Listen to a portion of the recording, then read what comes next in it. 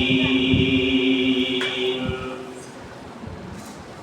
صدق الله العلي العظيم وصدق رسوله النبي الكريم ونحن على ذلك لمن الشاهدين والشاكرين والحمد لله رب العالمين سبحانك لا علم لنا إلا ما علمتنا إنك أنت العليم الحكيم لا إله إلا الله لا إله إلا الله لا إله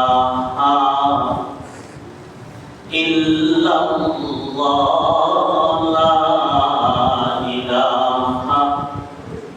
إلا الله لا إله সকলে বড় আওয়াজে মুহাব্বত করি লা ইলাহা ইল্লাল্লাহ লা ইলাহা লা সিদ্দা ওয়ালা নিদ্দা ওয়ালা আদ্দা লিমাওলা লা সিদ্দা ওয়ালা নিদ্দা ওয়ালা আদ্দা লিমাওলা আল্লাহ কামা কানা ওয়ালাম ইয়ালকা ওয়ালা লা ইলাহা ইল্লাল্লাহ লা ইলাহা ইল্লাল্লাহ লা ইলাহা ইল্লাল্লাহ লা ইলাহা ইল্লাল্লাহ মুহাম্মাদুর রাসূলুল্লাহ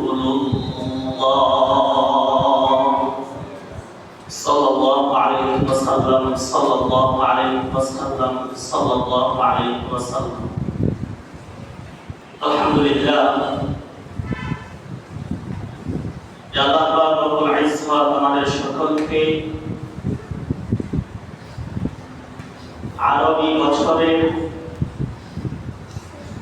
অষ্টম মাস শাবান মাস আরবি বছরের অষ্টম মাস শাবান মাসের এই জুমায় উপস্থিত হওয়ার জন্য তৌফিক দান করেছেন। আমরা সকলে আল্লাহ সুবহানাহু ওয়া তাআলার দরবারে কালিমাতুশ শুকরিয়া আদায় করি আলহামদুলিল্লাহ। এবং সাথে সাথে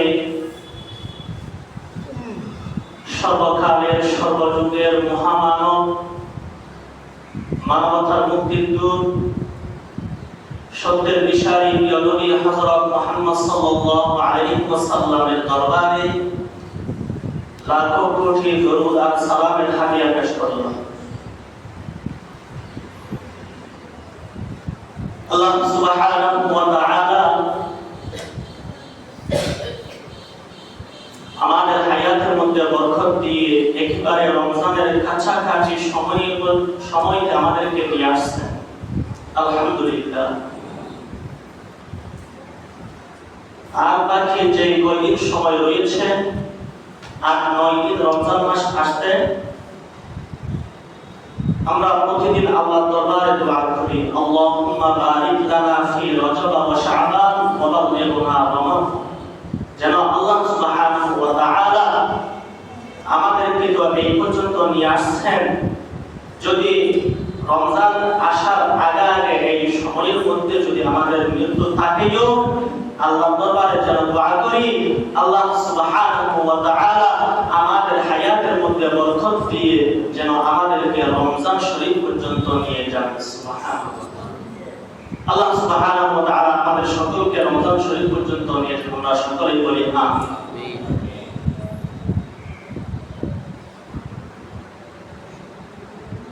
তাহলে এই রমজান মাসের যে আগের মাস শাবান মাস, এই শাবান মাস এটা হলো রমজান মাসের ভূমিকা স্বরূপ। শাবান মাসের ভূমিকা স্বরূপ। যদি আমাদের রমজানের কোনো গুরুত্বপূর্ণ কাজ থাকে, হাদিস শরীফের মধ্যে আছে, যদি রমজান মাসের ফরজ হবে এরকম কোনো গুরুত্বপূর্ণ কাজ থাকে, তাহলে আপনারা এই শাবান মাসের মধ্যে সেই কাজগুলো সম্পন্ন করে নেন। রমজান মাস আসার আগে আগে আপনারা পরিপূর্ণ প্রস্তুতি গ্রহণ করুন, যেন রমজান মাসের মধ্যে তোমাদের কোনো খবর না হয়। রমজান শরীফের মধ্যে, রমজানের ইবাদতের মধ্যে, রমজানের মধ্যে অনেক ইবাদত, রমজান শরীফের মধ্যে অনেক ইবাদত, রোজা, রাতে তারাবির নামাজ, এভাবে সেহরির বিষয় রয়েছে, ইফতারের বিষয় রয়েছে, কোরআন শরীফ তেলাওয়াতের বিষয় রয়েছে, জিকির আজকারের বিষয় রয়েছে, বেশি বেশি কালিমা তয়্যিবা পাঠের কথা রয়েছে, বেশি বেশি দুরূদ শরীফ পড়ার কথা রয়েছে, বেশি বেশি ইস্তিগফার পড়ার কথা রয়েছে।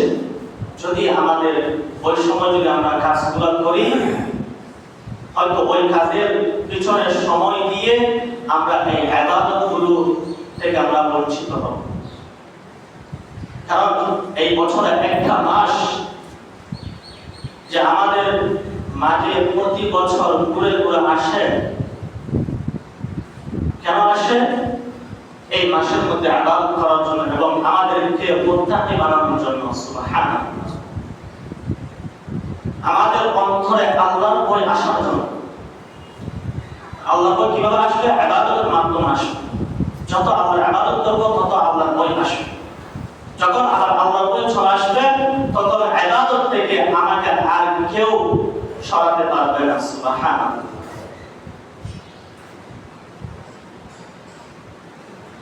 অতএব এই রমজান মাস আসার আগে আগে আমরা পরিপূর্ণ প্রস্তুতি গ্রহণ করি রমজান মাসের জন্য।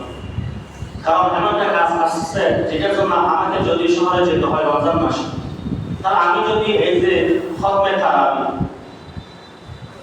তারাবি যদি আমি শুরু করি, তাহলে আমি যদি একটা খতম যদি আমি দিতে চাই শুনে শুনে নামাজের মাধ্যমে, তাহলে মাঝখানে একদিন যদি আমি চলে যাই, তারাবি নামাজ এখানে না পড়ি, তাহলে আমার থেকে একটা ফারা বা ১.৫ ফারা চলে যাবে। তাহলে আমার খতমটা পরিপূর্ণ আদায় হবে? পরিপূর্ণ আদায় হবে। সেজন্য আমরা সারা রমজান এক মাস একই স্থানে থাকার জন্য চেষ্টা করব। যদি কোনো কাজ, এমন কোনো কাজ থাকে যেটার জন্য দূরে যেতে হবে, সেই কাজগুলো আমরা আগে আগে সেরে ফেলি। আল্লাহ সুবহানাহু ওয়া তাআলা রমজান মাস আসার আগে আগে আমাদের সকলকে এই রমজান মাসের জন্য প্রস্তুতি গ্রহণ করার জন্য তৌফিক দান করেন। আমরা সকলেই বলি আমিন। এই যে আজকে শাবান মাসের ৬ তারিখ, যে কি বলতে পারেন? আমি এই বিষয়টা অনেকবার বলেছি, এই বছরের মধ্যে আমি ২ বার বলেছি যে আরো এখন যদি আমি জিজ্ঞাসা করি আজকে ফেব্রুয়ারি মাসের ৬ তারিখ, আমরা সবাই বলতে পারবো। বাংলা মাসের ৬ তারিখ আমরা সবাই বলতে পারবো। আমরা যুবকরা বলতে না পারলে আমরা মুরব্বীরা যারা রয়েছে আমরা বলতে পারবো। বাংলা মাসে আমরা মুরব্বীরা বেশি গণনা করি, হিসাব রাখি। আর ইংরেজি মাস আমরা বিশেষ করে আমরা যুবক ভাইয়েরা আমরা গণনা করি, হিসাব রাখি। কিন্তু আরবি মাসের গণনা, আরবি মাসের তারিখ, হিসাব এগুলো আমরা জানিও না, রাখিও না। অথচ আমরা মুমিন হিসাবে, মুসলমান হিসাবে আমাদের সর্বপ্রথম করণীয় ছিল আগে আরবি মাসের তারিখ এটা হিসাব করা, সেটা মনে রাখা জানা। কারণ আমাদের সমস্ত ইবাদত আরবি মাসের সাথে সম্পর্ক, বাংলা মাসের সাথে সম্পর্ক নাই, ইংরেজি মাসের সাথে সম্পর্ক নাই, আরবি মাসের সাথে আমাদের সম্পর্ক।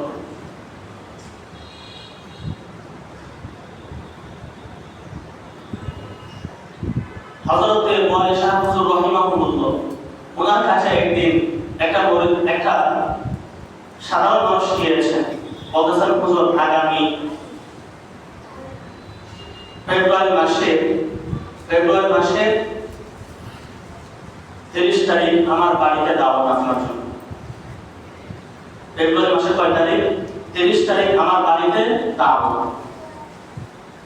তখন হুজুর সাথে সাথে ওনাকে জবাব দিলেন, মানমাদানম জানুয়ারি ও ফেব্রুয়ারি, মানমাদানম জানুয়ারি ও ফেব্রুয়ারি, মানমাদানম সালমা পাইগাম্বরি, মানমাদানম সালমা পাইগাম্বরি। জানুয়ারি ফেব্রুয়ারি এগুলো আমি জানি না, বুঝি না। তাহলে হুজুর জানুয়ারি মাস ফেব্রুয়ারি মাস না জানলে না চিনলে তো এটা বলছে কিভাবে ফেব্রুয়ারি মাস মানমাদানম জানুয়ারি ফেব্রুয়ারি?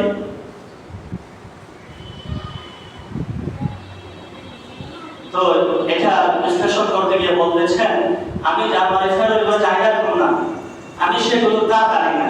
সুবহানাল্লাহ। জানুয়ারি ফেব্রুয়ারি এগুলো আমি কি জানি না, তা জানি না। আমি সেগুলো বলি না, জানি সেগুলো আমি বলি না, সেগুলো আমি হিসাব রাখি না। আমাকে বাবা আগামী এই আরবি মাসের কয় তারিখ সেটা বল। সুবহানাল্লাহ। আমাদের এরকম হওয়া উচিত না। আমরা মুমিন হিসাবে, মুসলমান হিসাবে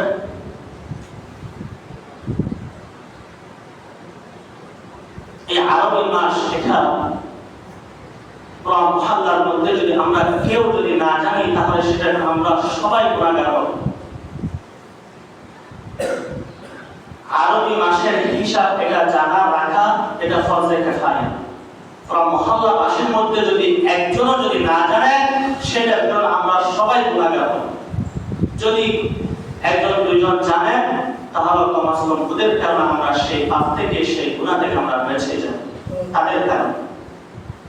সেজন্য শুধু একজন দুইজন কেন জানবে, আমরা সবাই জানবে, আমরা সবাই হিসাব করবো, সেই তারিখে আমরা সবাই জেনে রাখবো এবং সেই তারিখগুলো আমরা গণনা করবো আমরা মুমিন হিসাবে, মুসলমান হিসাবে। কারণ মৃত্যুর পর আমাদের আর আরবি ছাড়া আর কোনো ভাষা থাকবে? মৃত্যুর পর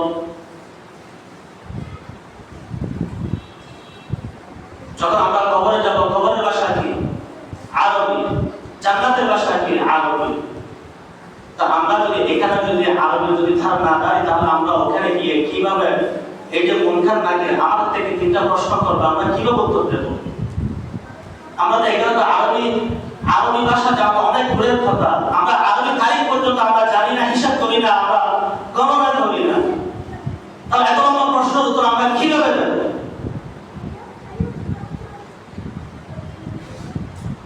সেজন্য নবী করিম সাল্লাল্লাহু আলাইহি ওয়াসাল্লাম বলেছেন, قال رسول الله صلى الله عليه وسلم أحب العرب لثلاث لأني عربي وكلام الله عربي ولسان الجنة عربي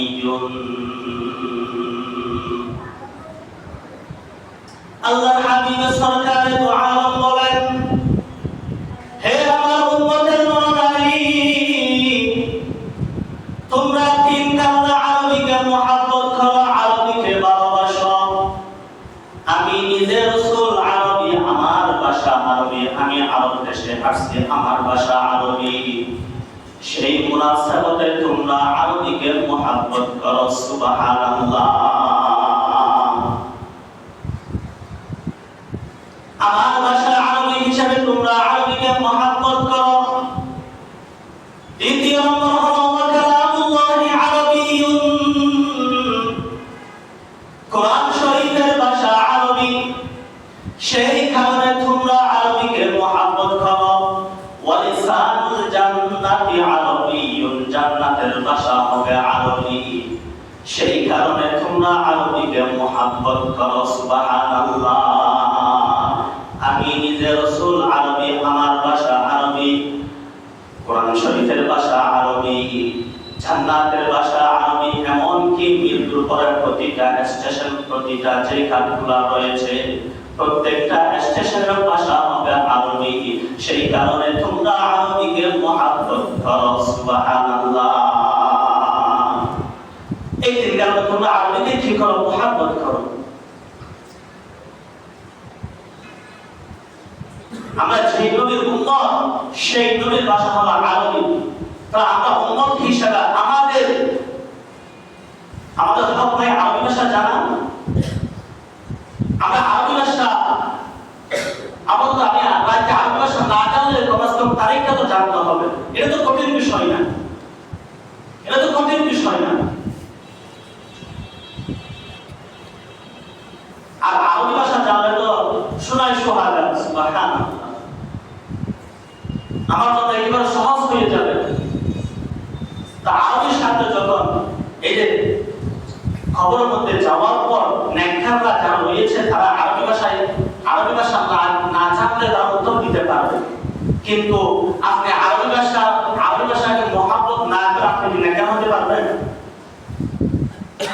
আরবিকে মহাব্বত না করে আপনি কি নেককার হতে পারবেন?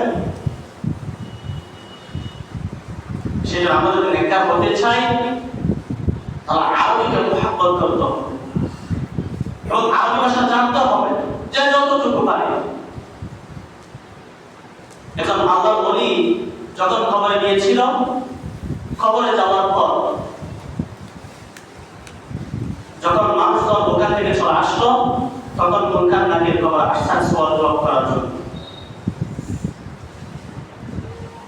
সওয়াল জবাব করার জন্য মুনকার নাকির আসলেন।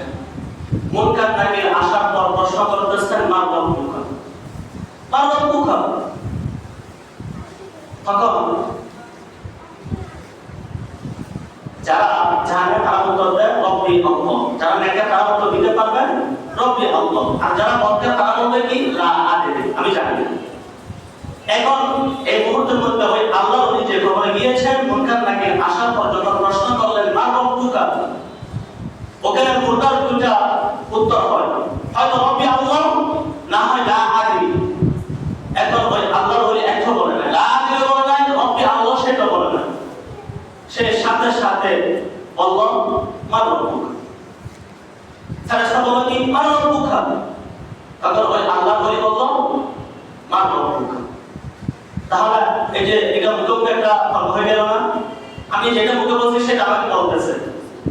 এখন আমাদের দেশে অনেক ছেলে মেয়ে দেখা যায়, তুমি ভাত খাও, তো ও মুখে কথা বলে না, তুমি ভাত খাও, তুমি এখানে চাইও না, তুমি এখানে চাইও না, এরকম মুখে তর্ক করো না, কথা বলে না, যেটা সেটা বলে। এখন সেই অবস্থা ওই আল্লাহ বলি ফেরেশতা বললেন মান রব্বুকা। আল্লাহ বলি বলল মান রব্বুকা। ফেরেশতা বলল মা দীনুকা। তখন ওই আল্লাহ বলি আমার সাথে উত্তর দিল মা দীনুকা। ফেরেশতা বলল মান নবিয়ুকা। আল্লাহ বলি একই উত্তর মান নবিয়ুকা। এখন সে তার সাথে আর কথা বলে না, সাথে সাথে আল্লাহর দরবারে চলে গেলেন। ফেরেশতা কোথায় চলে গেলেন? আল্লাহর দরবারে চলে গেলেন। ইয়া আল্লাহ পরওয়ারদিগার আলম, আজ পর্যন্ত আমি তো অনেক মানুষের কবরে গিয়েছিলাম, যখন আমি প্রশ্ন করি মান রব্বুকা, মা দীনুকা, মান নবিয়ুকা, তারা এই প্রশ্নগুলোর উত্তর দেয় রব্বি আল্লাহ, দীনিয়াল ইসলাম। এইভাবে তারা উত্তর দেয়। যদি উত্তর দিতে না পারে তাহলে তারা বলে লা আদরি, লা আদরি। ইয়া আল্লাহ পরওয়ারদিগার আলম, আজকে হঠাৎ করে ওই কবরস্থানের মধ্যে যে মুর্দা আসছেন, ওই মুর্দাকে যখন আমি প্রশ্ন করলাম মান রব্বুকা, আমি যেটা বলি সে আমার মুখে মুখে একই উত্তর দেয়, আমি যেটা বলি সেটা আমাকে আবার উল্টা ফিরে দেয় মান রব্বুকা। আমি যখন বলছি মান রব্বুকা, সে আমাকে বলল মান রব্বুকা। যখন আমি বললাম মা দীনুকা, সে আমাকে বলল মা দীনুকা। যখন আমি বললাম মান নবিয়ুকা, সে আমাকে উত্তর দিলে মান নবিয়ুকা। আল্লাহ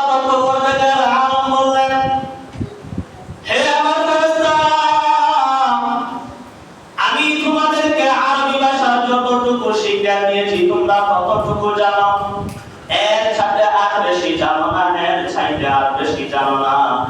কিন্তু এখন যে কবরস্থানের মুর্দার কথা আপনি বলেছেন, এটা হলো আমার প্রিয় বান্দা সুবহানাল্লাহ, উনি তোমার চাইতে আরবি ভাষা আরো বেশি জানেন সুবহানাল্লাহ।